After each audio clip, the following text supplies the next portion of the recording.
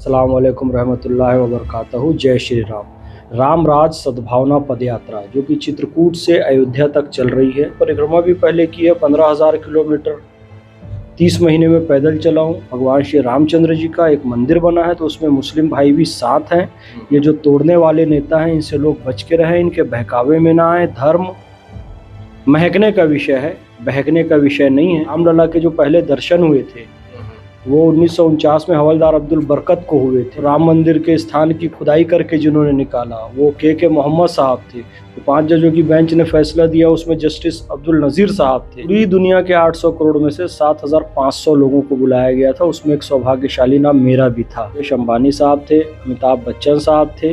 राम मंदिर हम सबका है। खुद टीवी चैनलों में जाता हूँ, कोशिश ये रहती है कि माहौल अच्छा बने। टीवी चैनल के डिबेट पर ही प्रतिबंध लगा दिया जाना चाहिए। कोई माता सीता के बारे में अपमानजनक शब्द कह देता है, कोई पैगंबर हजरत मोहम्मद सल्लल्लाहु अलैहि वसल्लम के बारे में अपमानजनक शब्द। ज्ञानवापी का और मथुरा का 5,000 मंदिर तोड़े गए।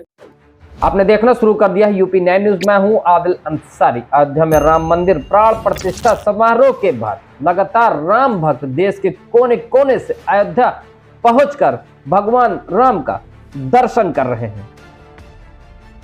मुस्लिम राष्ट्रीय मंच गौ सेना प्रकोष्ठ के राष्ट्रीय संयोजक मोहम्मद फैज खान भी पैदल यात्रा कर अयोध्या जा रहे हैं।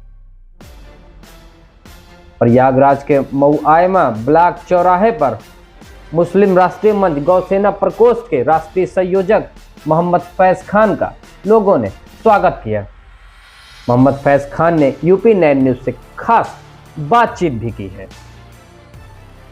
फैज खान ने कहा है कि जिस तरह से देश में तनावपूर्ण माहौल बनाया जा रहा है, कुछ नेताओं द्वारा बयानबाजी कर लोगों के अंदर नफरत भरी जा रही है, इसीलिए फैज खान, राम भक्त फैज खान जो कि मोहब्बत का संदेश दे रहे हैं।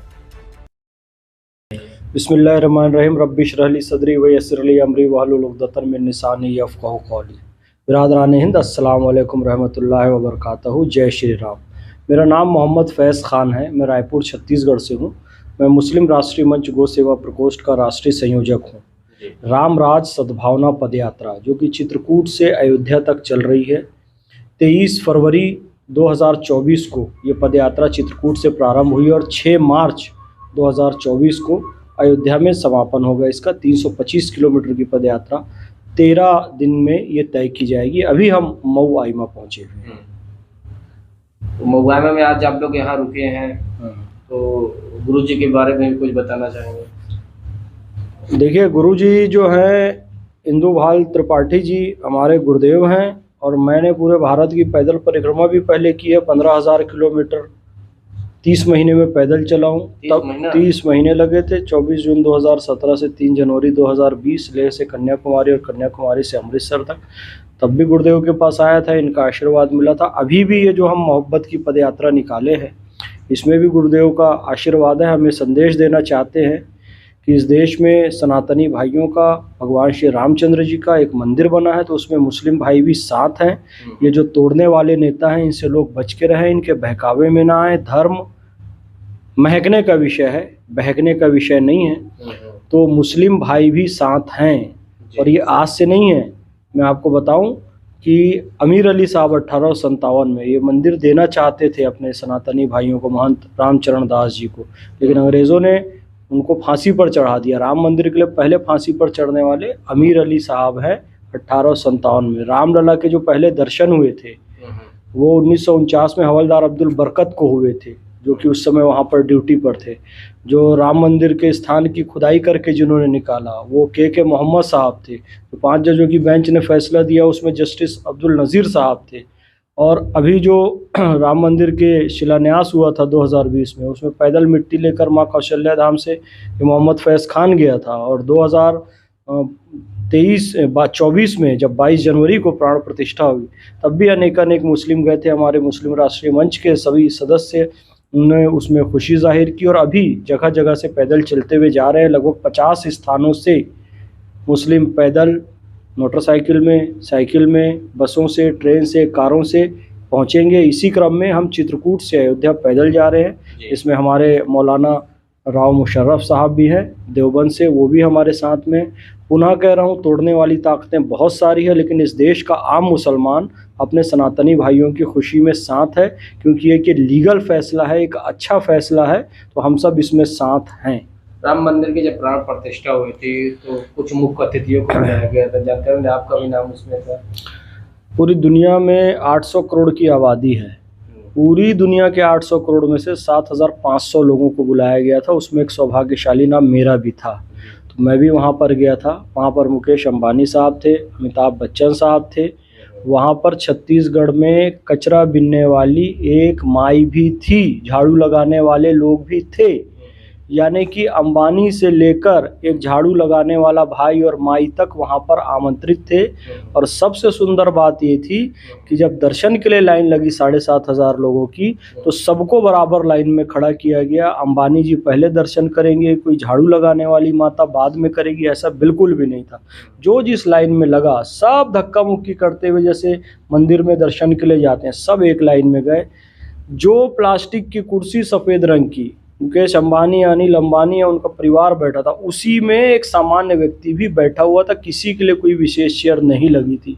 तो ये मुझे बहुत अच्छा लगा वहाँ पर कि रामलला के दरबार में सब समान थे, और मैं बहुत सौभाग्यशाली समझता हूँ कि उस ऐतिहासिक क्षण को देखने का मुझे अवसर मिला। तो यात्रा के माध्यम से आप क्या उपदेश देना चाहते हैं? यात्रा के माध्यम से मैं संदेश देना चाहता हूँ कि पैदल चलना, ये हमारे महापुरुषों ने हमें मार्ग दिखाया है। इस्लाम में इसे सुन्नत भी कहते हैं कि कहा गया एहदिनस सिरातल मुस्तकीम, सीधे रास्ते पर चलो, उन लोगों के रास्ते पर जिनसे अल्लाह खुश होता है। महाजनों येन गता सबन था, महापुरुषों के मार्ग पर चलो।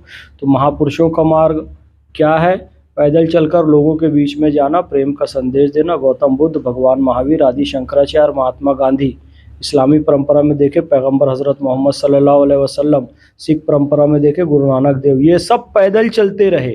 तो पैदल चलकर आम जनता के बीच जाकर मोहब्बत का संदेश दिया जा सकता है कि किसी के बहकावे में, भड़कावे में ना आए, बल्कि मौके पर, वक्त पर आपका पड़ोसी हिंदू हो या मुसलमान हो, वही आपका साथ देगा।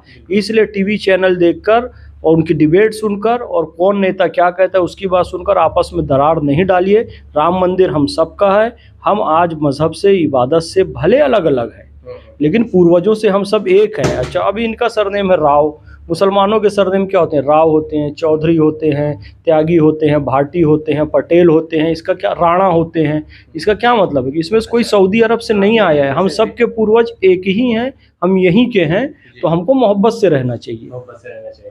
आपने टीवी की बात की, टीवी चैनलों पर जो डिबेट होते हैं, नेता बैठते हैं, इधर उधर की बात करते हैं, तो आपको क्या लगता है कि जिस हिसाब से टीवी चैनलों के माध्यम से भी माहौल को खराब करने की कोशिश की जाती है? कोशिश की जाती है। मैं खुद टीवी चैनलों में जाता हूँ, कोशिश ये रहती है कि माहौल अच्छा बने, लेकिन वहाँ पर जानबूझ के उकसाने वाले आप देखे होंगे, कुछ लोग गाली गलौज कर देते हैं, अपशब्द कह देते हैं, उकसाने की कोशिश करते हैं। तो मैं जाकर उसे ठीक करने की कोशिश करता हूं, लेकिन मेरी ये गुजारिश है कि इन टीवी चैनल के डिबेट पर ही प्रतिबंध लगा दिया जाना चाहिए। अच्छा, वो बहुत ज़रूरी है, क्योंकि अब सकारात्मक चर्चाएं नहीं होती है। जो सकारात्मक चर्चा करे, जो ऐसा लिखित में दे, हालांकि वो शुरू में लिखित में दे देते हैं कि यहाँ पर विचार जो व्यक्त किए गए हैं वो उनके निजी हैं, लेकिन निजी विचार में भी पब्लिक में यदि आप गाली बकने लगो और किसी धर्म को गाली बकने लगो, या कोई माता सीता के बारे में अपमानजनक शब्द कह देता है, कोई पैगंबर हज़रत मोहम्मद सल्लल्लाहु अलैहि वसल्लम के बारे में अपमानजनक शब्द, तो इससे तो देश का माहौल ख़राब होता है ना। तो इस पर थोड़ी कड़ी कार्रवाई और निगरानी रखनी चाहिए सरकार को, मेरी ये गुजारिश है। राम मंदिर की प्राण प्रतिष्ठा तो हो गई, भव्य उद्घाटन समारोह भी हुआ, आप मौजूद भी थे। तो अभी जिस तरह से एक बात फिर बहस छिड़ी है ज्ञानवापी मस्जिद को लेकर, और क्या कहते हैं ईदगाह जो वहाँ मथुरा में, उसको लेकर भी अब कोर्ट का फैसले को लेकर बहुत बहसबाजी चल रही है देश में, इस पर क्या कहेंगे? ये मेरी ये गुजारिश है कि अच्छा परिवार वो होता है, कोर्ट कचहरी नहीं जाके घर में मामला सुलझा ले। बेटा बहू का कोई बात है तो अगर घर में सुलझा ले, थाने तक मामला जाता है तो परिवार की बदनामी होती है। अब एक केस थाने तक चला गया, कोर्ट ने उसका फैसला दे भी दिया, बाकी 2 केस बचे हैं, ज्ञानवापी का और मथुरा का। तो हिंदुओं के बड़े लोग, मुसलमानों के बड़े लोग बैठकर इसका डिसीजन ले लें। दावा ये है कि 5,000 मंदिर तोड़े गए, भारत में सऊदी से ज़्यादा मस्जिदें हैं, पाकिस्तान से ज़्यादा मुसलमान हैं, लाखों मस्जिदें हैं जहाँ पर 1-2 सफ़ भी बड़ी मुश्किल से पूरी होती है।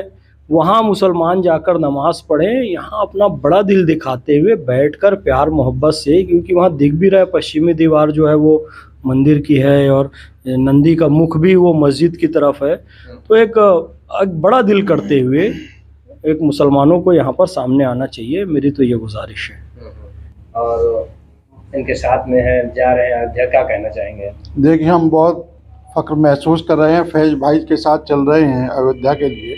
जी 500 वर्ष पुराना जो संघर्ष था हमारे पूर्वजों का, वो सपना पूरा हो चुका है।